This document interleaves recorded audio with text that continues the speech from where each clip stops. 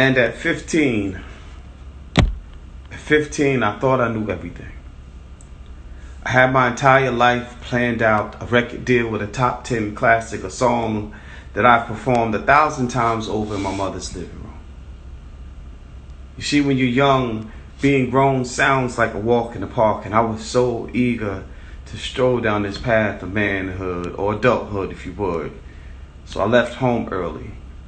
And by the third night of hanging out with my friends and having all kinds of fun watching the sun part the morning sky, I found out two things. Number one, I found out that hunger pains are relentless and they cannot wait to show up as soon as you run out of money. Number two, I found out I really had nothing to do with my life.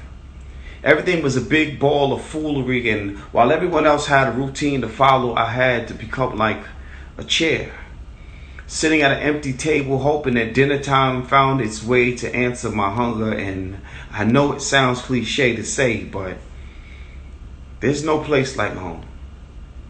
And I needed to find a way back in from the cold shoulder of adult life I was looking for. The only problem was I didn't even have train fare to get home. And everyone had started their day, so I had to walk a gazillion miles in the dead of that New York City winter.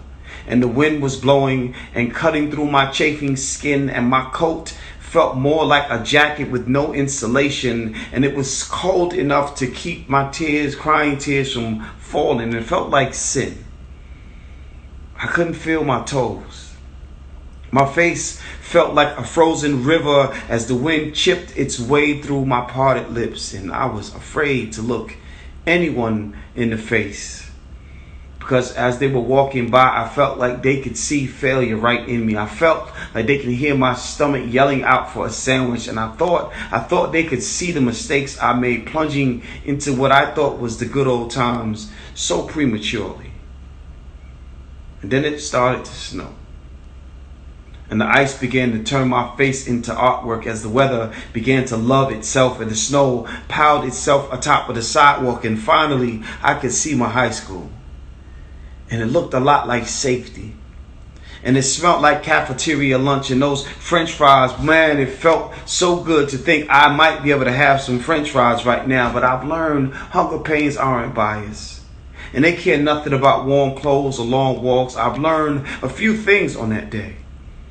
While I walked past people who turned cardboard boxes into bed sheets, the same people who turn park benches into bedrooms, I've learned that plans aren't just about dreams or goals. And I'm not saying that you shouldn't have dreams or goals, but what I am saying is you have to learn that plans are not fail-proof.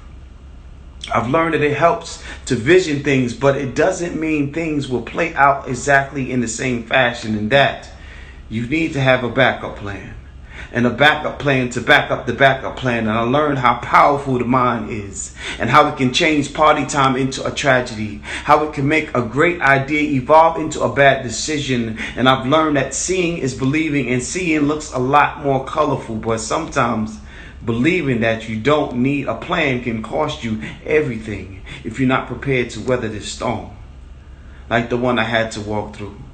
So ode to that storm, and ode to that path, and ode to the corner stores where friends hung out like coat hangers and they became teachers and prophets, and ode to the prophets and that snowstorm that told the story, and ode to the pathway and the footsteps and the building blocks, and ode to that plan again and over again, the one that I forgot to make, the one that I never wrote down, but I found its way back again just like I did, and it felt new and felt like home, and it felt like maybe next time I'll find a way to actually plan to never ever again, never not plan.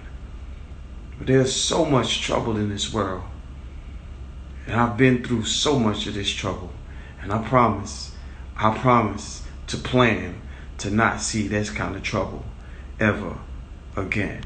What's up, fam?